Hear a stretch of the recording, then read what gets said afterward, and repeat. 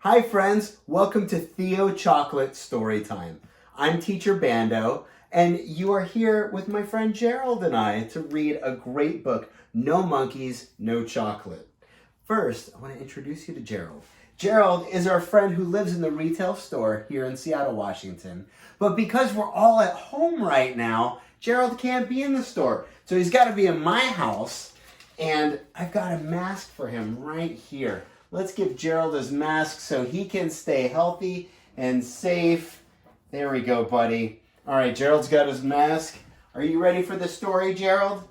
Gerald says yes. All right, well, join me for No Monkeys, No Chocolate, written by Melissa Stewart and Alan Young, illustrated by Nicole Wong. And it's fun because there's these two little bookworms in the book that make a lot of fun with us. They say, "That's a crazy title. What does it mean?" "I suspect some sort of monkey business." They're going to be pretty silly. Here we go. No monkeys, no chocolate. Maybe it's a typo. No monkeys, no chocolate. I bet it's supposed to be no money, no chocolate. That would make more sense. Get it? Sense? Listen, you comedian, let's just keep reading. Oh, this is going to be silly. Chocolate chip cookies. Chocolate ice cream, moist fudgy brownies. What makes all of these desserts so delicious? Chocolate, of course. But you can't make chocolate without. Let's find out what our bookworm friends say. "This book is making me hungry. I need a snack." "Hey, you spoil your dinner. Mind your own bookworm business." Can't make chocolate without cocoa beans. Cocoa beans are the seeds of the cocoa tree. Cocoa trees grow naturally in the tropical rainforests of Central and South America.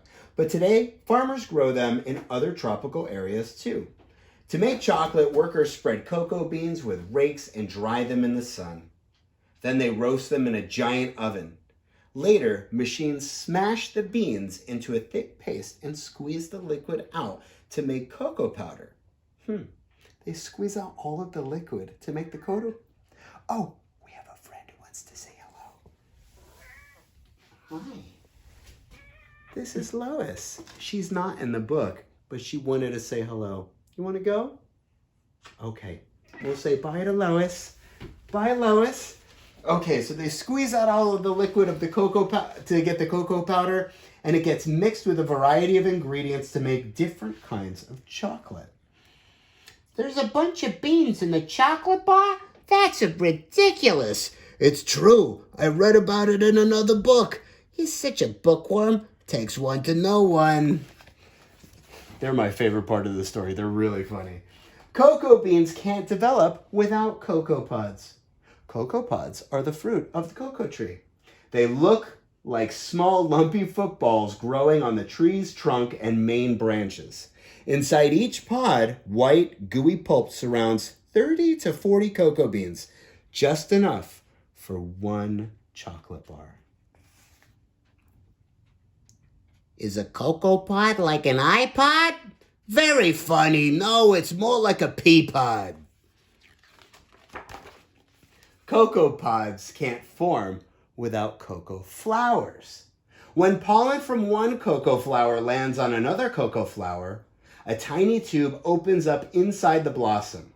Pollen travels down the tube, and as soon as material inside the pollen combines with material deep inside the flower, a new cocoa pod begins to grow with seeds inside. Look at that. You can even see the yellow pollen inside. Those are like the miniature seeds that spread from flower to flower and give us new flowers. Let's see what these friends have to say. "That's what happens inside a flower? Plants are amazing." "Yeah, you can say that again." "Plants are amazing." You can't make chocolate without midges. Before a female midge can lay her eggs, the little insect needs a hearty meal of rich, nutritious cocoa pollen. To find food, she crawls deep inside a cocoa blossom. As the midge climbs out, pollen sticks to her body. When she lands on another cocoa flower, some of the pollen falls off and lands inside the blossom. "So that's how cocoa flowers get the pollen they need to make pods and seeds?" No midges, no chocolate. Yep, no midges, no chocolate. Hey, is there an echo in here? Cocoa flowers can't bloom without cocoa leaves. As the cocoa leaves soak up sunlight, they make sugar.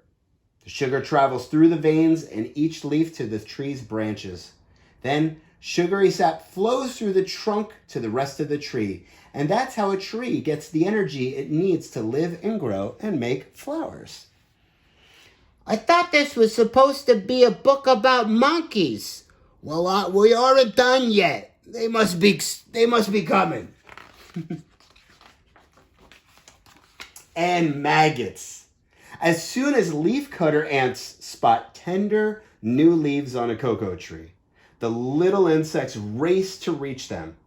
While the hardworking ants slice up the leaves and carry the pieces back to their nest, female coffin flies land on the ants and lay eggs inside their heads. Ugh. When the eggs hatch, tiny maggots wriggle out and eat the ants' brains. I know that sounds like something from a zombie movie, but this is the real ecosystem on a cacao tree, on a cocoa tree. You can see that they all have this relationship together. Let's see what these two knuckleheads have to say. Brain-eating maggots, that's disgusting. Maybe, but I'm glad their moms lay eggs inside the ants that destroy cocoa leaves. No coffin flies, no chocolate. See how they're all connected? Cocoa leaves can't survive without cocoa stems. A cocoa tree's trunk is a thick central stem made of wood.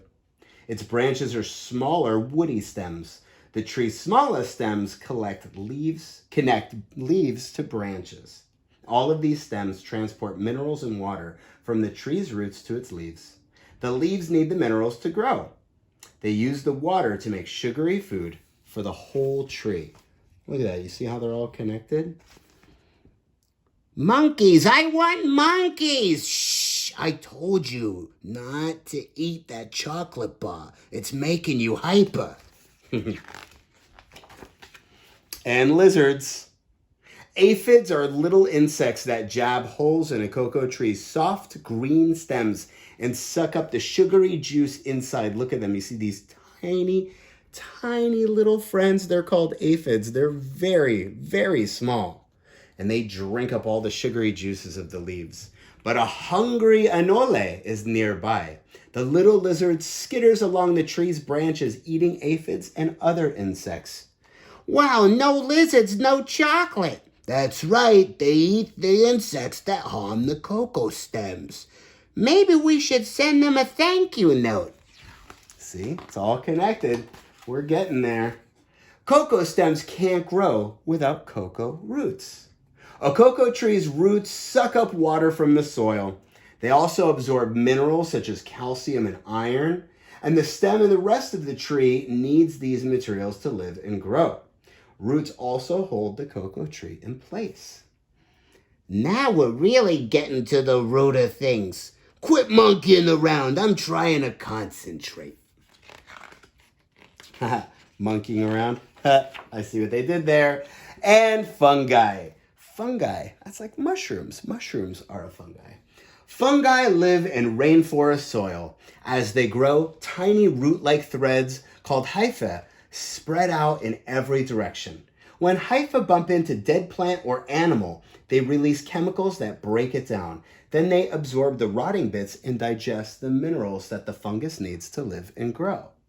The extra minerals pass out from the hyphae into the soil where they can be absorbed by the roots of nearby cocoa trees. It's a good thing that there's a fungus among us. You bet. Fungi supply the minerals that cocoa leaves need to grow. No fungi, no chocolate. Cocoa pods, flowers, leaves, stems, and roots can't grow without cocoa beans.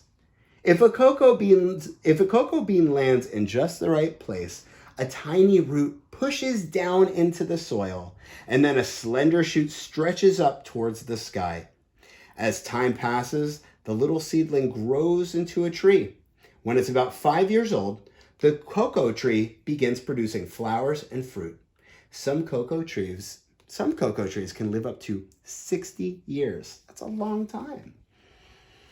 What a treat! Wait a minute, I thought cocoa beans were used to make chocolate. Not all of them. There's still plenty left to grow on new trees. Ah, that's so funny I forgot to laugh. And monkeys. Here we are. This is super interesting. Monkeys yank pods off cocoa trees, gnaw holes in the fruits, and pull out the sticky insides. As the monkeys travel through the rainforest, they suck on the lemony lime pulp and spit out the beans. Cocoa pods never fall off trees. If monkeys and a few other animals didn't scatter cocoa beans on the ground, new cocoa trees wouldn't grow. At last, the monkeys. Now that crazy title actually makes sense. That's right. No monkeys, no chocolate. The seeds monkeys spit out end up growing into new trees. I don't know why these worms are from New York, but that's how I did it. So that is the end of our story. So no monkeys, no cocoa. No monkeys, no chocolate. You can see by them eating all of this delicious cacao fruit, they eat it and they spit out the seeds and they scatter all over the forest floor. And that's how the new trees can root and make their own chocolate pods. I was lucky enough to travel to Indonesia where I got to eat the cacao fruit. It's so hard to say like that. The cacao fruit, I got to eat it fresh and it was amazing. As good as chocolate is, and it's so good, I thought the fruit was just as great in its own way. Before we end, this is a really important page. I think this is about to get serious. Uh-oh, we still got our bookworms over here, but check out this fun stuff. This is really interesting. Cacao and rainforests. On traditional cocoa farms, workers plant cocoa trees in neat rows with only a few kinds of trees shading them from the sun. Under these conditions, fewer than 5% of all cocoa flowers produce pods. Recently, scientists discovered that cocoa trees produce more pods when they're grown in patches of thinned out rainforests where other kinds of trees can provide shade. These cocoa groves are the perfect home for midges that pollinate the cocoa and the coffin fly maggots that attack the leafcutter ants. They're also great places for lizards and the monkeys and the other creatures that use the rainforest for food. Hopefully, more cocoa farmers will begin to use this way of farming instead of those neat rows. At the rate that right now, rainforests are being destroyed, and that's because of the way people are using the rainforest. We're losing 100 acres every minute. That's a lot of land. That's a lot of rainforest. And at that rate, the rainforest could be gone in 50 years. But you know what? Cocoa groves do more than provide us with a steady supply of cocoa beans. They can also give many different kinds of species a great rainforest supply of plants and animals so they can all live together. It's this really great ecosystem. But maybe you want to know how you can help. You want to help the rainforest. You want to help the monkeys and all of these friends that are together. Well, you could read more books about tropical rainforests and creatures that live in them. Then you can share what you learned with your family and friends. You can join a group that helps protect rainforests. You could work with people at your school to raise money for organizations that buy and preserve tropical rainforest land. You could live in a way that decreases your impact on the natural world. You could turn off the lights and computers when you leave a room. In the winter, you could put on a sweater and keep your house just a little bit cooler.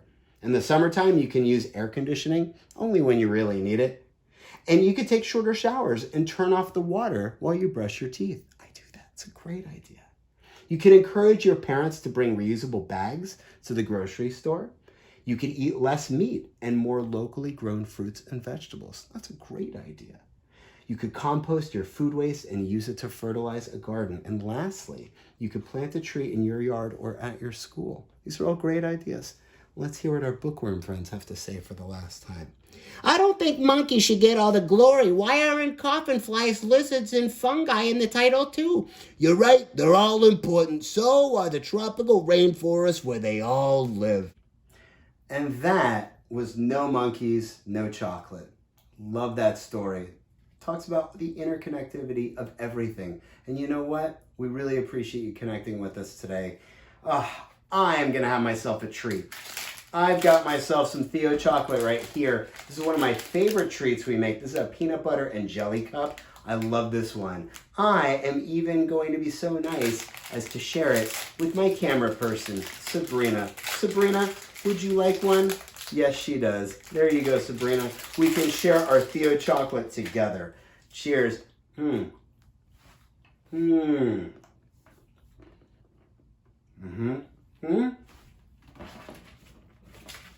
you go, buddy.